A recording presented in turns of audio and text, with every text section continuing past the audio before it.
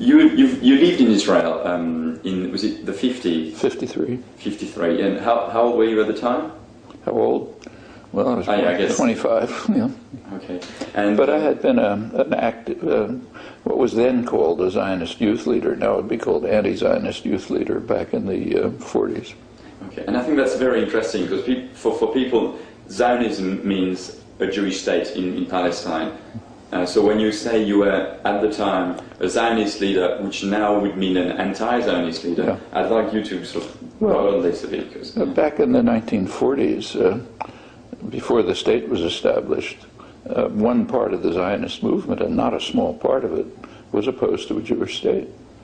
I mean, the little that's remembered about that is the famous men like Martin Buber and Judah Magnus and Hannah Arendt, women, but that was a peripheral elite.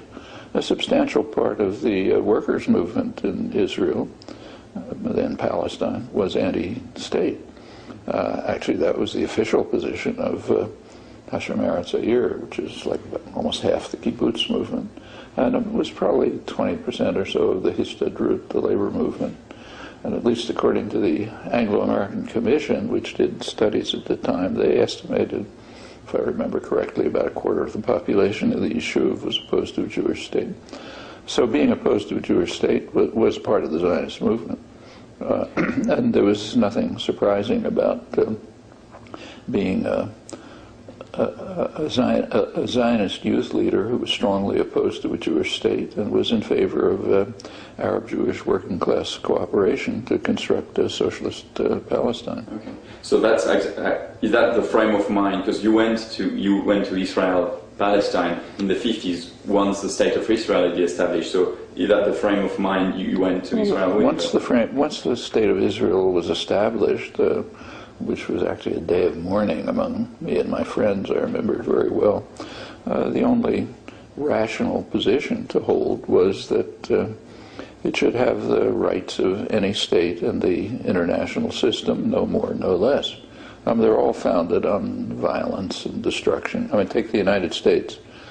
It's founded on extermination of the indigenous population, many millions of people, conquest of half of Mexico, in order to try to monopolize cotton and all sorts of things.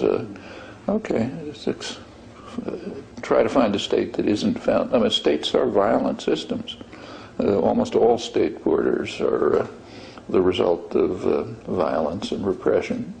But there's an international system that we can say, okay, I'm not going to recognize anybody. I'm opposed to everybody. I'm just not going to act in the world. Well, okay, you can live on a mountaintop in Montana and grow your own food if you like, but if you want to function in the world, even as a dissident or as a protester or something, you have to recognize its reality. Okay. Part of the reality is there's an international system, which I don't like, but it's there, and Israel since '48 is part of it. Okay. So my question about, you recently declared during an interview with Israeli TV that, and I quote now, in fact, I do not regard myself as a critic of Israel, I regard myself as a supporter of Israel. And for people, again, that don't dig further, this could mean I am a supporter of a Jewish state, a colonizing state, and so could you also sort of explain what you meant? It could mean that to people who pick up tidbits on the internet and don't bother even to listen, let alone to read, because they just listen to the interview, which incidentally was an interview for an Israeli audience. What it says is, it was, the context was a dichotomy that is standard in Israeli culture. Either you support Israel or you want Israel's destruction. And what I said is, the people who call themselves supporters of Israel are in fact supporters of Israel's moral degeneration and ultimately destruction. If you're a real supporter of Israel, meaning you want its people to be able to live a decent life, then you would be in favor of Israel meeting its international obligations, eliminating its internal repression, keeping to international law, and so on. That would really be support for Israel. And in that sense, yeah, I'm a supporter of Israel. Okay, so to clarify, you're a supporter of Israel, but you'd like Israel... I'm a supporter of Israel in the same sense I'm a supporter of the United States, okay, or of England, or of France, or anyone else. I think circumstances should be... I'm in favor of circumstances which will allow their populations to live decent, honorable lives. And that would mean meeting a variety of conditions, for different states, such as observing international law, eliminating domestic repression, and so on.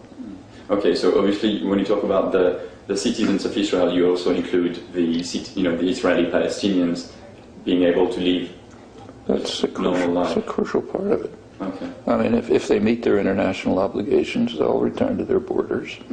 And if they deal with internal repression, there's plenty of problems there. So I say the same about the United States.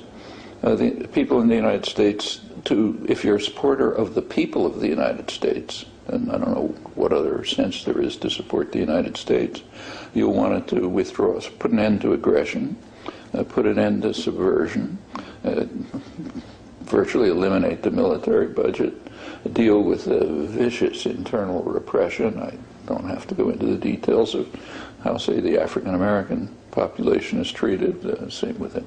So-called illegal immigrants and so on, problems of extreme inequality and poverty, then there'd be a decent life for Americans. And if you to support the United States means to be in favor of those things. So, for example, I think last time I read, there was about 30 discriminatory laws inside Israel, sort of clearly favorism towards the Jewish Israelis compared to the Israeli Arabs or the others. So, those laws, for example, would it be something for a normal state to have those laws changed? Oh, sure. Unfortunately, not a normal state. A normal state has laws like those and much worse. But yes, those ought to be changed, and I've been writing about it for 40 years. In fact, no one else who has been. I started writing about the worst of these. There's a lot of that's wrong, but the worst of them are the land laws. And I was writing about those in the 60s and 70s. I wrote the introduction to Sabri Jirius's book, Arabs in Israel. That's the first real expose of this. In a book called Towards a New Cold War, came out around 1980.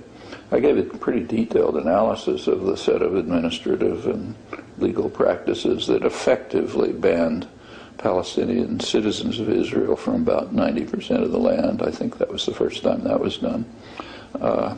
Later, in recent work, I've written about the interesting changes that are taking place. There is, at last, pressure inside Israel within the mainstream civil rights movement. ACRI, the Civil Rights Association, has brought cases to the courts to try to terminate those laws, and some interesting developments have taken place. I could describe them, but sure, that's and the same with other discriminatory laws. Okay, so you bring us, I guess, if you say you are a supporter of Israel because the reality is Israel exists. No, it's not. I'm a supporter of Israel in the sense in which I'm a supporter of every other country in the world. I think we should be in favor of circumstances that permit its populations to live decent, honorable lives, satisfying lives. And we should recognize that in a state system, which I don't like but exists, the states should have the same rights as other states. Okay. Yeah, but my question was about now if we take this to the one state, two states solution. That's a different question. Okay. I've always been first of all, the term one state solution is very misleading. There's just two different societies there. So one state, if you're serious, means a binational state. I was in support of a binational state in the 1940s, as I said, a binational state based on Arab-Jewish working-class cooperation. I've remained so without change. From roughly 67 through 75, I wrote about this pretty extensively, because at that time, it was actually feasible to introduce steps towards a binational state. In fact, some proposals like that were even made by Israeli intelligence. That was a period when Israel controlled the region. Palestinian nationalism had not yet been kind of crystallized as a well-formulated position or entered the international agenda. Israel could have moved at that time towards a federal arrangement which would have granted a substantial degree of autonomy to the occupied territories as they were asking, and the notables, not, and as it was a feasible move, and that could have been a significant step towards a true binational settlement.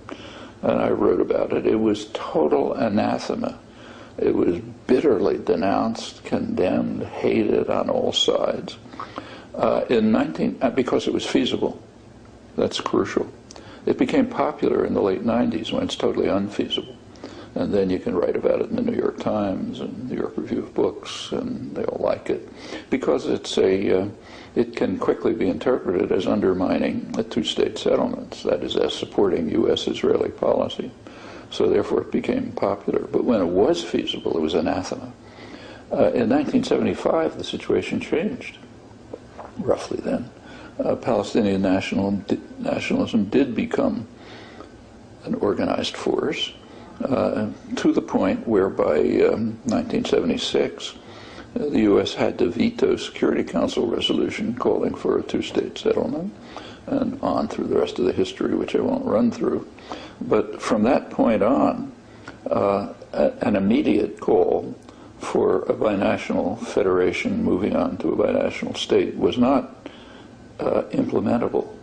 The only way of reaching it was in stages, where the first stage would be a two-state settlement, and with an overwhelming international consensus, accepted by Palestine National Council, Arab League, Iran, Hamas, everybody, of course all of Europe and non-aligned countries, as a first step, which could have the effect of reducing the cycle of violence, creating the institutions of a degree of self-government among the Palestinians, and lead the way towards erosion of the border, which was extremely artificial and bad for both sides. And under those conditions, you can easily imagine, in fact, think of carrying out actions which would extend commercial, cultural, other interchanges, associations on other than ethnic lines, which would lead to a very natural erosion of the borders and an impetus on both sides, on many sides, because there's not just two, towards moving towards integration into a binational state system, and that's by no means the end of the road. I mean, I don't see any reason why we should honor the imperial boundaries that were set. There's nothing holy about the boundaries that the British and the French drew in the region. So you're talking about Jordan and Syria? Jordan, Syria, Lebanon. I mean, it's all just imperial settlements like Iraq. So I think what we should, unless we are dedicated supporters of imperial power, we should say, yeah, those are all illegitimate too. And we should be thinking about how to move towards a regional arrangement, which might in fact have some of the properties of the Ottoman Empire. It's not so exotic. Nobody wants the Ottoman Empire back with its violence and corruption. But there were some things that it did right. I mean, you could go from Cairo to Baghdad to Istanbul without crossing any borders. There was, in particular regions, like say a city, the Greeks ran their affairs, the Armenians ran their affairs, they had interactions and so on. I think that's a pretty good type of arrangement to look forward to for the Levant, and in fact for much of the rest of the world. Actually, one of the healthy things in Europe is it's beginning to move towards such arrangements. So I'm not wedded to imperial boundaries. All of these things are transitional stages in my view. I don't think states are legitimate altogether. But if you really are in favor of a binational state, what's called the one-state settlement, if you're in favor of that, if you advocate it, advocacy doesn't mean I put it on a banner and shout about it. It means I think about ways of getting there. Then I think the only proposal I've ever heard is work through the international consensus and international law, and then go on from there. But I guess that some people, what some people say is that once you've got a two-state solution, once it's established, you can't really move, it'd be a final sort of status. And the settlements, for example, like I'm talking about the huge ones, like Gush Etzion and Male Adumim, they're sitting on water resources, and so how do you deal with Male Adumim is, I think, well, 50,000 the people who say that you can't do anything about it are saying, let's give up. That's exactly what they're saying. They're saying nothing's possible, let's give up. They may not understand that they're saying that, but if they think about it, they are. I'll repeat, I do not know of any advocacy of a one-state, binational state solution that does not move through stages. As far as I know, there is none. There are people who shout about it and have slogans and say, isn't it wonderful, and so on. You could do the same about a no-state solution. Let's get rid of those imperial boundaries. I don't want to have states. I don't want to have one state. It's just imperial imposed boundaries. Fine. That's nice. You can propose that. You can propose that everybody should live in peace. You can make all kinds of proposals. But if you really want to achieve those objectives, you have to ask, how do we get there? And the only way I know is through the overwhelming international consensus and international law. Now, the cases you mention are real, and something has to be said about them if you're serious. And what should be said about them, I think, is pretty straightforward. First, as a practical matter, the IDF, the Israeli army, should withdraw from the occupied territories. And we're not just talking to Israel here, we're talking to the United States, which is crucial. The U.S. should stop at once supporting any Israeli action that in the occupied territories. That's the U.S. government, so no more arms sales. It's no more military training. It's U.S. corporations, Motorola, Caterpillar, the rest of them.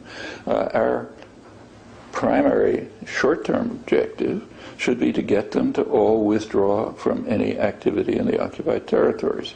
Well, what's going to happen then? What's going to happen then is probably 90% of the settlers will get into the lorries provided for them by the government, and if the U.S. wants to subsidize it, fine. And they'll move from their subsidized homes in the West Bank to their subsidized homes inside Israel's boundaries. There'll be some who'll stay. Okay, they don't have to be removed. They can stay in a Palestinian state. But this, in my opinion, this will...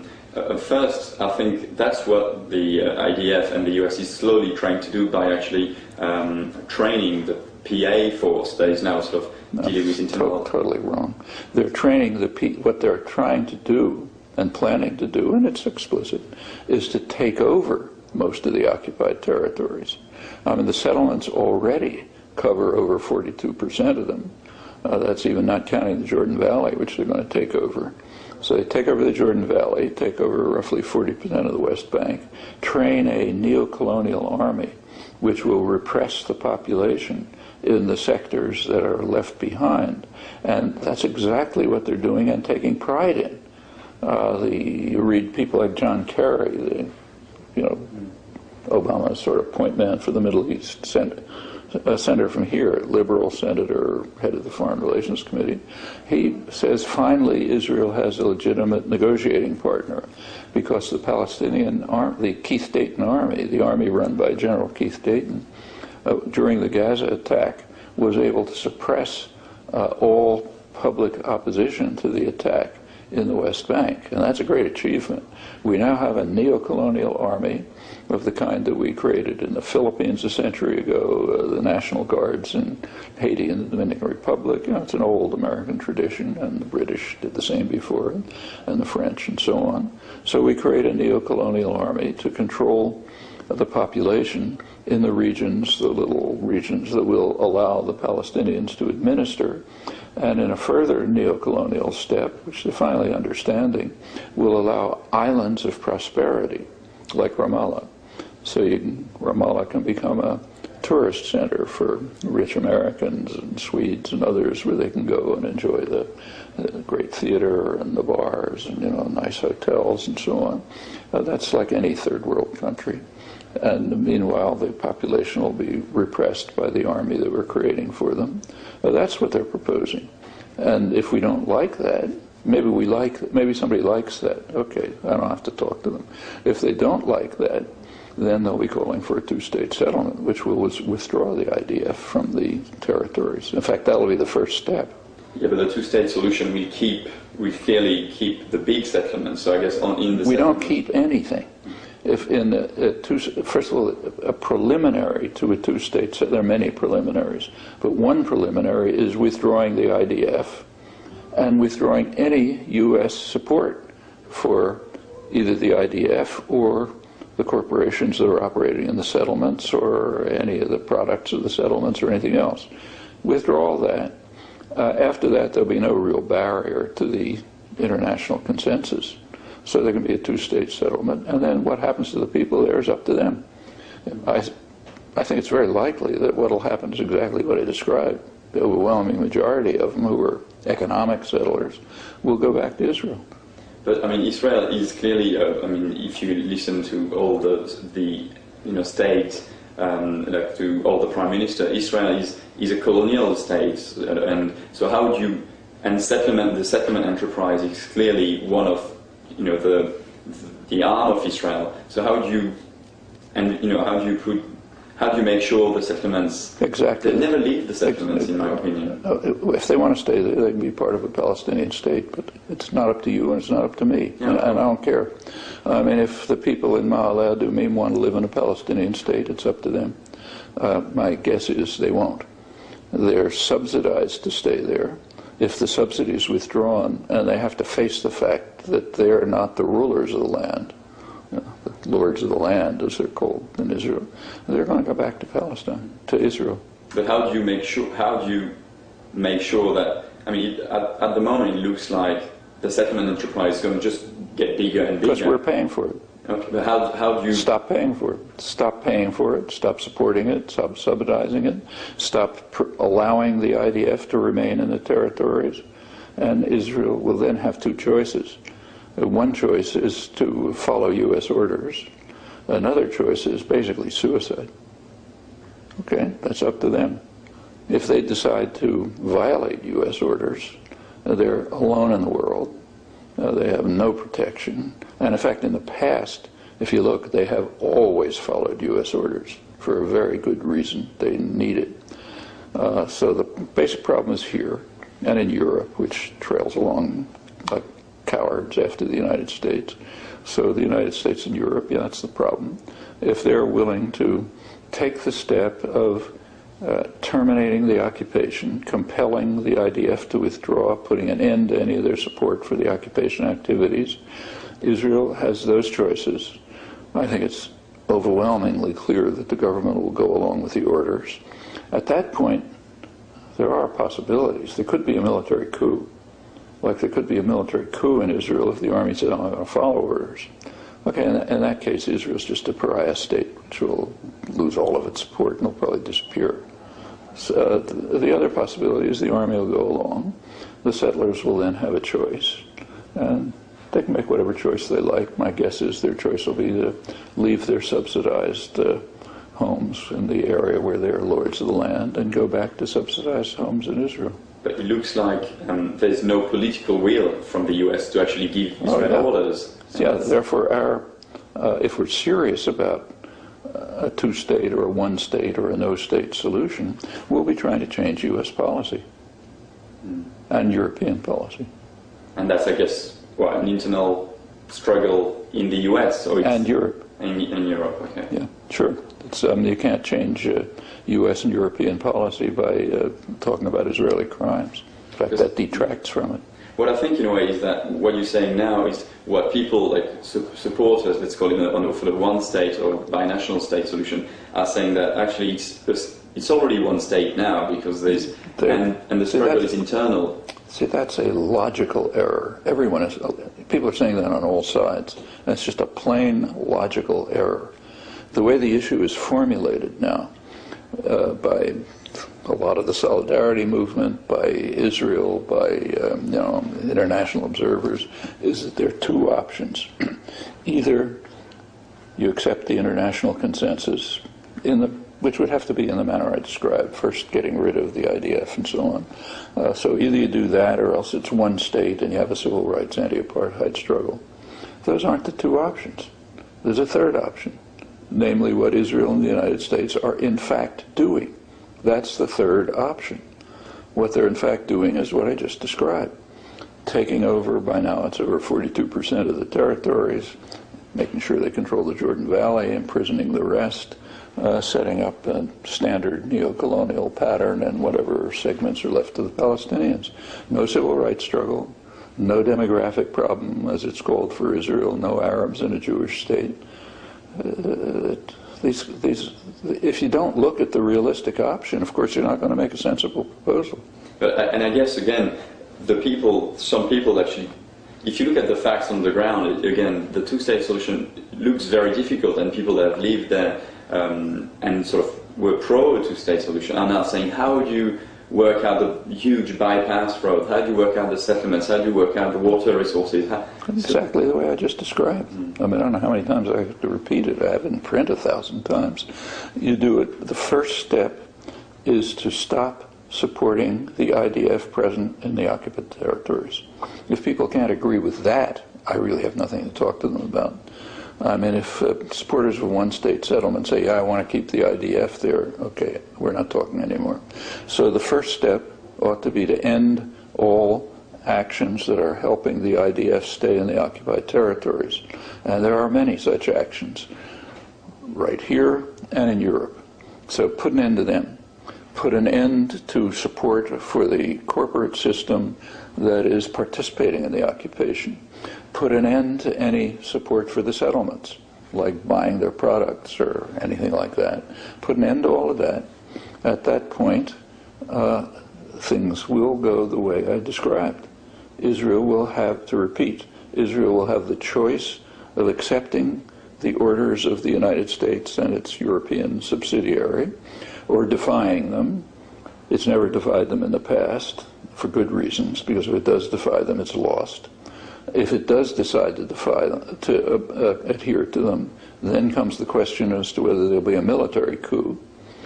If there isn't, we continue. If there is, see, even where Israel's really in bad trouble in that case. But I suspect that what will happen is what usually happens. The leaders of the state will recognize the political, economic realities, the strategic realities, and follow the orders of the master, call for withdrawal, and start implementing it. Then comes the question about what the people in the settlements do, and I've already said it. I think it doesn't matter. I mean, it's up to them. But what I think is very likely is that they will move from their subsidized homes in the place where they are lords of the land to subsidized homes in Israel. Some will remain. There'll be some people from Brooklyn who want to hang on to every rock. Okay, let them hang on to every rock in a Palestinian state. And that takes care of the water resources. It takes care of everything you've mentioned. Furthermore, it is the only proposal that actually can be implemented. It doesn't have any alternatives. There's no alternative suggestion. It's important to recognize. The alternatives that are proposed are slogans, not suggestions as to how to do anything. Okay. Don't you think that actually Netanyahu defied orders about the settlements? No, he didn't. Because if you take a look, that's propaganda. Obama repeated George Bush's words. He repeated what's in the roadmap, and that was considered, very aggressive. He repeated what's in the roadmap, no natural growth of settlements, but he did it with a wink. When he was asked at his spokesperson was asked at a press conference, are you going to do what George Bush #1 did? Bush #1 actually imposed pretty mild sanctions for Israel's violation of orders. So you're going to do that? He said, no, this is purely symbolic. That's telling Netanyahu, go ahead and do what you like. And my other question then is, for example, in Gaza, the settlers have left and the IDF have left. So this could happen. No, I know, but this could happen to West Bank as well. And we know that Israel is still occupying Gaza. So what do you do once the IDF has left? Well, let's take a look at Gaza. In Gaza, Israel staged a totally fraudulent national trauma for the benefit of the Goyim. Let's make it look as if there's a national trauma, so we can then shout, never again, you know, Holocaust and so on. They left for very sensible reasons. Sharon, who is not an idiot, understood that there's no point, now that Gaza has been destroyed essentially, there's no point keeping 8,000 settlers there, protected by half the IDF and taking most of the resources in the land. Let's get them out, we don't want that, and put them in the West Bank, which we care about. If he wanted, if he hadn't, and let's do it in such a way that the outside world will think we're suffering and we're giving something up. So let's have the IDF take kids by force out of the settlements, so you can have a front page picture in the newspaper about the little boy pleading with the soldiers not to destroy my home and so on. All show for the Goyim, you know, and then we'll be able to say never again, so we can hang on to the West Bank. What they could have easily done is exactly what I just described. Announce it on August 1st, 2 weeks before the withdrawal. Announce the IDF is leaving Gaza. Okay. At that point, the 8,000 settlers would have piled into the lorries provided to them, moved over to the West Bank to subsidize homes there. No national trauma. In fact, it was so transparent, it was just ridiculed by Israeli commentators like Baruch Kimmerling. Furthermore, what made it even more ridiculous is that it was a replay, point-by-point replay of what Israel did in 1982. In 1982, after they were compelled to accept an offer from Sadat, which in fact was from 1971, which made him withdraw from the Sinai, they staged the same kind of trauma. In fact, it was so transparent then. I remember a headline, I think, Haaretz, called National Trauma 82, about the fakery of taking the settlers out of M.I.T, where they had no right to be in the first place, of course, and pretending it was a great national trauma, so never again, and so on. Well, it worked in international propaganda the first time, so they figured they'd try it again, and it worked in Gaza. But they never left Gaza, you know. It remains under occupation, remains under, the siege became much more intense a couple of months later when Hamas won the election, and it goes on from there. It has nothing to do with the West Bank. Okay. No, I've got two more questions, but I know we had half an hour, right. And it's been... Well, let's go on and see how far we can go. Okay, so a quick question about the refugees, because what people that say you're Zionist for a Jewish state, they say that's why you're against the right of the refugees and the descendant. Well, so, actually, first of all, I'm in favor of the right of the refugees to return, and always have been. There's nothing in the law about their descendants. People who appeal to Resolution 194 haven't read it. Resolution 194 talks about the refugees, does not talk about their descendants. Sooner or later, Israel is going to say, okay, we accept 194 because nobody's left. Now, UNRWA and others have interpreted to refer to the descendants, which is reasonable. So let's accept that it's not in the law, but let's accept the interpretation. Should the refugees and the descendants have the right to return? Yes. Should the Wampanoag Indians have the right to return here? Yes. Is it going to happen? No. If you dangle before the eyes of the Wampanoag Indians the statement that I'm going to support your right to return to Boston and kick out the population, so therefore you stay in rotten conditions and don't do anything, that is a deeply immoral act, deeply immoral. If you care about the refugees who are not going to return to Israel, that's a fact. There's absolutely no international support for it, zero. And if there ever was any, unimaginably, Israel would use its ultimate weapons to prevent it. They'd resort to nuclear war. So it's just not going to happen. So the right can be affirmed and should be affirmed, as it should be for Native Americans and for plenty of others. There should be efforts to ameliorate the very ugly conditions of the refugees, as Wally Jumblatt just pushed through the Lebanese parliament. It's a good step, finally. So now they have at least a limited right to work. We should all be in favor of that. We should try to think of solutions in which their possibility of returning to the former Palestine is advanced, and there are a couple of ways to do that. One is by a two-state settlement, which will at least give them the opportunity to go back to not back, but to go to a Palestinian state. Once the further conditions that I would anticipate are realized and borders begin to erode, yeah, there might be possibilities for them to go right back. But if anyone can think of an alternative to that, I'd like to hear it. The only alternative I hear again is a slogan, which is about as reasonable and as moral as the slogan saying the Wampanoag Indians should come back to Boston. Okay, so you're saying that they have the rights. I mean, they should have the right. They have the rights, and they should have the right, and the right should be affirmed. And in fact, if you look at there have been a couple of approximations to a settlement. The only one with an interstate character was in Taba in January 2001, where the two sides came pretty close to a settlement. And they dealt with this issue. And the conclusion, Palestinians and Israelis, was, yes, we should affirm the right of return, but we should recognize that it's only going to be implemented symbolically in the short term. Well, if somebody can think of an alternative to that, I'd like to hear it. A real alternative. Not a feel-good slogan. It makes me feel good to say they should come back. But an alternative that takes into account the suffering and needs of the refugees. That's what I mean by a real alternative. If there is one, let's hear it. Actually, sorry, but I'd like to go back on one thing about the binational and one state. Because for some people, it's very not clear what is a binational and what is a one state. Is it one person, one vote? Is it one state with two people with different... What do you exactly... Yeah. I mean, in multi-ethnic... In the United States, you can have one state. It's a pretty homogeneous society by international standards.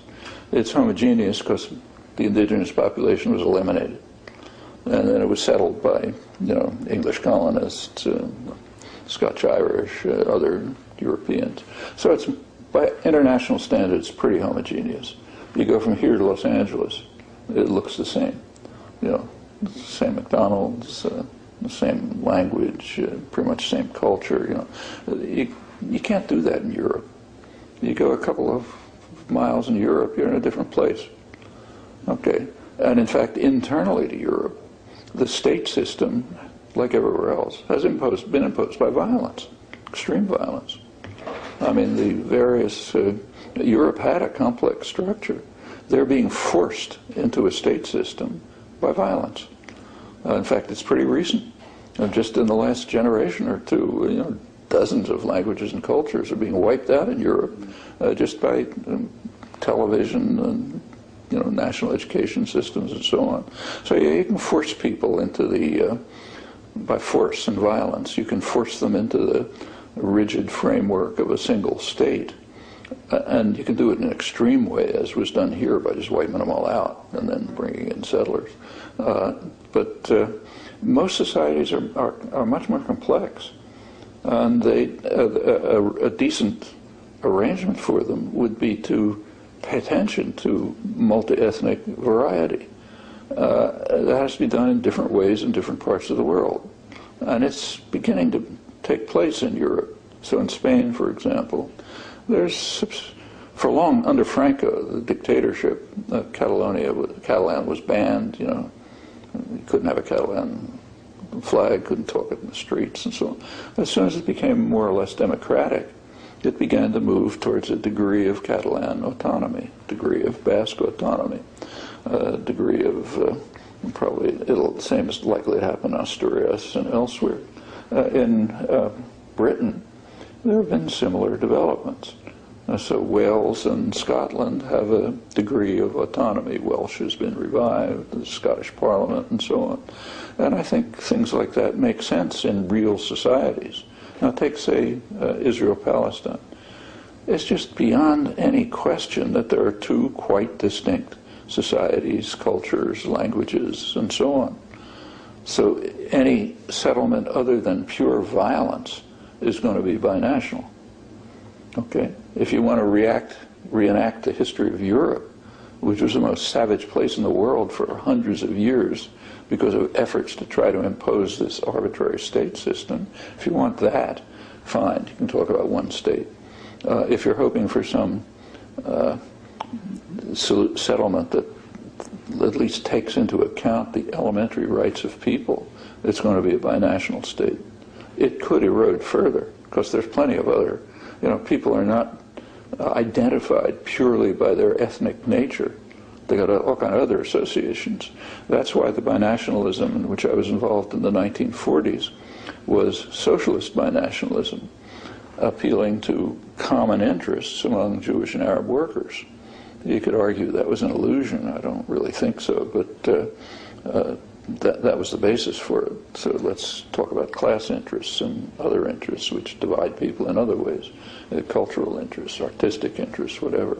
Now, that can erode a binational system. But to simply say, well, let's have one state and one vote, that's just to say, I don't care about the people there. I want to impose on them a European-style one-state system by force. Okay. I think we're going to have to, yeah. We're going to have to stop. I had one more question, so if I can come back at 5, I guess. Yeah, we can do it at 5. That'd be okay. Okay, so I'll just come to my question about the BDS movement, because that's where a lot of criticism about your position in Palestine is coming from. The last sort of 3 paragraphs of the call for BDS pretty much says, we, representatives of the Palestinian civil society, call upon international civil society organizations and people of conscience all over the world to impose broad boycotts and implement divestment initiatives against Israel, similar to those applied to South Africa and the apartheid area. We appeal to you to pressure your respective states to impose embargoes and sanctions against Israel. We also invite conscientious Israelis to support this call for the sake of justice and genuine peace. Then there's 3 steps. Is ending the occupation and colonization of Arab lands and dismantling the wall, recognizing the fundamental rights of the Arab-Palestinian citizens of Israel to full equality, and respecting, protecting and promoting the rights of Palestinian refugees to return to their homes and property as stipulated in UN Resolution 194. When you read this, it sounds like a call for, self-determination on the part of the Palestinian people. And destruction of Israel. Okay. Yeah. So anyway, what do you... furthermore, the hypocrisy rises to heaven. I mean, yes, all of these are the right things to do. It's 100 times worse in the United States, or in England, or in any other country you talk about. Why not boycott? Why not call for that in the United States? But I think that's a call from the Palestinian people, and if it's not a call from the Palestinian people, it's a call from groups who call themselves the Palestinian people. I've never seen in fact, it's been hard enough to try to get the Palestinian people to boycott settlement produce. And the very people who are calling for this, are perfectly happy to study in Tel Aviv University. So it's not a call from the Palestinian people. But it's been signed up. But even if it were, let's say it were a call from the Palestinian people, if I care about any people, let's say it's the Somali people, if the Somali people issue a call, do I blindly follow it? Or do I ask, is implementing the call going to help them or hurt them? Well, if I care about them, I'm going to ask the second question. Will it help them or hurt them? Now, it's pretty obvious what this call will do. It's a gift to Israeli and U.S. hardliners. They know perfectly well that there's not going to be an implementation of the right to return. The hypocrisy is so transparent that they just use it as a weapon to discredit the entire movement. And it's happened over and over, incidentally. So yes, if you want to put that, if you really hate the Palestinians, it's a good step, because it's going to harm them. Predictably. And in fact, it's already happened. I can give you examples if you like. Actually, long before this movement was started, organized, I was involved in BDS activities. Some of them the right kind, which could be helpful. Some of them, which I just got into for reasons of solidarity, for the wrong kind. So, for example, there was one here, right where we are, Harvard and M.I.T., in 2002, after Jenin. That's, before the BDS movement. This one got organized. And it was a pretty good statement. I thought it had just the right things. But the people who put it together insisted on 3 words, which I thought were a mistake. The words were to the universities, and divest from Israel. Now, there's a reason why that's a mistake, because of the hypocrisy. Why not divest from the United States? First of all, every Israeli crime traces back to the United States, and that's a fragment of U.S. crimes. I mean, they're much worse. People say, I've read, well, Israeli universities don't condemn the occupation. Did Harvard and M.I.T. condemn the invasion of Vietnam? No, they took part in it. They not only didn't condemn it, they directly took part in it. Did anybody call for boycotting them? Are they calling for boycotting them now? And remember, their support for U.S. support for Israel, which is decisive, is a fraction of U.S. crimes. Now, we can say the same about England and France and on and on. So those particular words could be attacked and were attacked as pure anti-Semitism. Unfortunately, that was with justice. So the president of Harvard immediately picked on them and made an impassioned speech saying, we've got to worry about anti-Semitism at Harvard. Okay, for the next couple of months, the only issue around here was anti-Semitism at Harvard, which doesn't exist. Jenin disappeared, the Palestinians disappeared, and so on.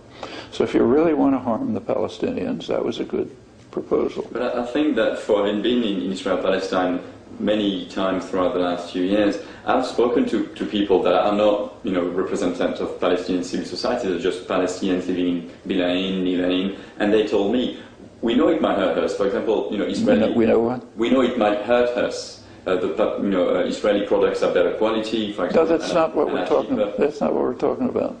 If they're talking about what they should do.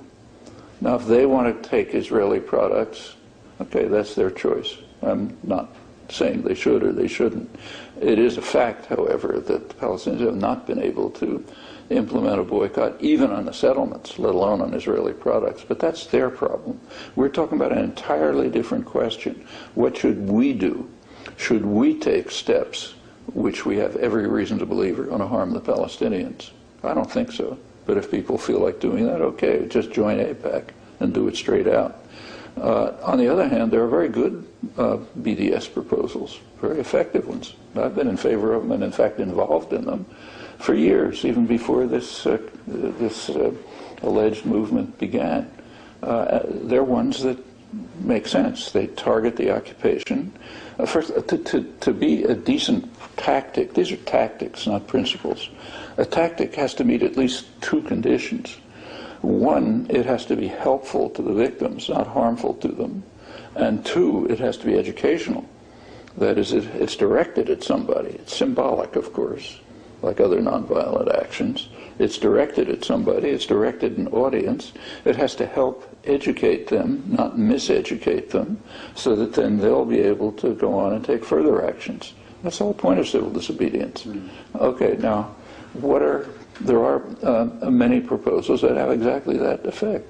So, for example, those that call for, say, an end to U.S. arms sales to Israel has exactly that effect. If symbolic, of course, but if implemented, yes, it would benefit the Palestinians. 2, it educates Americans and Europeans, who are the crucial people here. It educates them because it gets them to focus at home. It's really easy to blame the other guy. Look at those awful people in Darfur and so on. It's a little harder to look into the mirror, but that's what counts.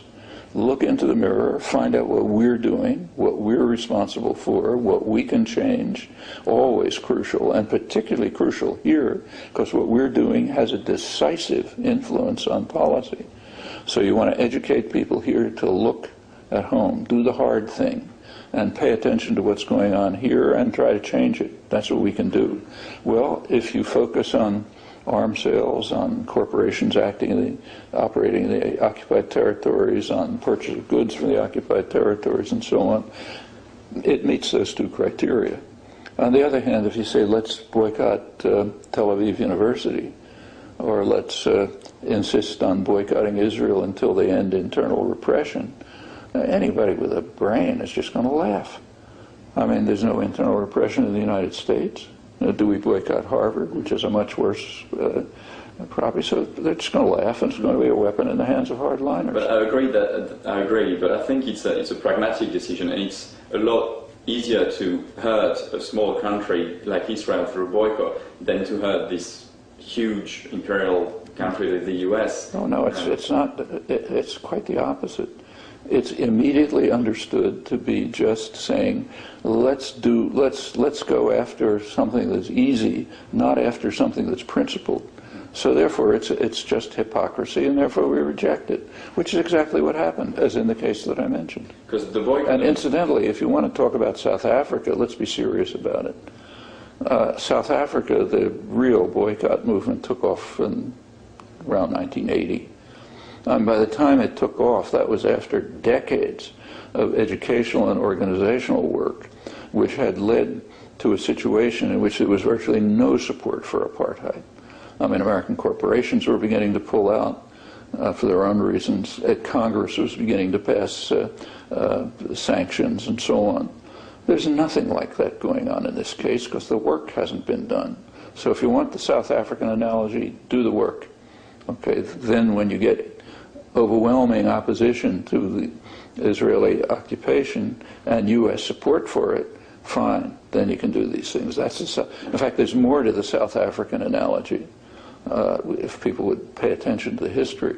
Around 1960, South African nationalists recognized that they're becoming a pariah state. And the foreign minister actually approached the U.S. ambassador and told him, look, we know we're being voted down in the UN and so on and so forth, but you and I know that there's only one vote at the United Nations, yours. It doesn't matter what the world thinks or does, as long as you support us, we're okay. And that's turned out to be exactly correct, exactly. By the 1980s, as I said, even Congress was passing sanctions. Reagan had to get around the congressional sanctions to keep supporting South Africa. He did. As late as 1988, the U.S. denounced the African National Congress as one of the more notorious terrorist groups in the world. Mandela just got off the terrorist list last year. And apartheid was working fine. Looked like they'd won everything. They were gloating in their victory. A year or two later, U.S. policy shifted. A couple of years after that, apartheid was gone. Now that tells you that if you're serious about helping the Palestinians, you'll pay attention to the South African analogy, not mythology about it. I think the BDS, you call it an alleged movement, before living in Europe and being to the, it's really a movement. And yes, and what you're missing is that I've always supported it even before it existed, when it was properly targeted. If it's targeted in a way which meets the basic two criteria, helping Palestinians and educational, not only do I support it now, I supported it before it began.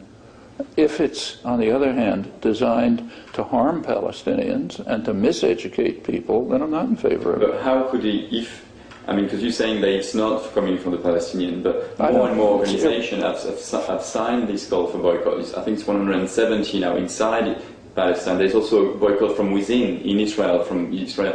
So how you're actually saying that the Palestinian... That is just totally irrational. First of all, if Palestinians within... They've tried, the leadership at least, has tried to get them to boycott Israeli settlements and Israeli products. That's fine. That's their business. But if, say, let's take away Palestinians, if Somalis authentically, organized Somalis, put forth a call to me, which I can see is going to harm them, I'm not going to follow it. At least if I care about Somalis. Of course, I don't care about them, I'll follow it. So let's say if really the call was from every single Palestinian in Israel and in Palestine, you're saying that you want to support them and not harm them, but how would they feel if they say, to support us, could you do this PDS? Could you do something which will harm us? What I would do is do exactly what I've done for years when I've talked to Palestinian groups who have been pretty self-destructive, I should say. This goes back to the 70s when the PLO was extremely self-destructive. And I met leadership and others, with Ed Said and Iqbal Ahmed and other people who cared about the Palestinians. And what we tried to tell them is, look, you're calling for this and you're acting this way, but you're harming the Palestinians. That's what we tried to explain to them. Didn't work very well with the PLO. That was Ed Said's despair and Iqbal Ahmed's. But yeah, that's exactly what you do in any case when you're dealing with oppressed people. I mean, if Black Panthers had said, okay, let's go out and smash all the banks, I wouldn't have said, well, okay, you're the blacks, so therefore I'm going to go smash all the banks. If they had said that, which they didn't, I would have said, look, you're making a mistake. The actions you're calling for are going to harm you, and you should rethink what you're doing. If we care about people, that's the way we react to them. If there are BDS tactics that help the Palestinians and help educate Americans and Europeans, so therefore they will act in ways that matter, of course I'm in favor of it. Okay. We have to go. Okay. Thanks a lot, Noam. Yeah.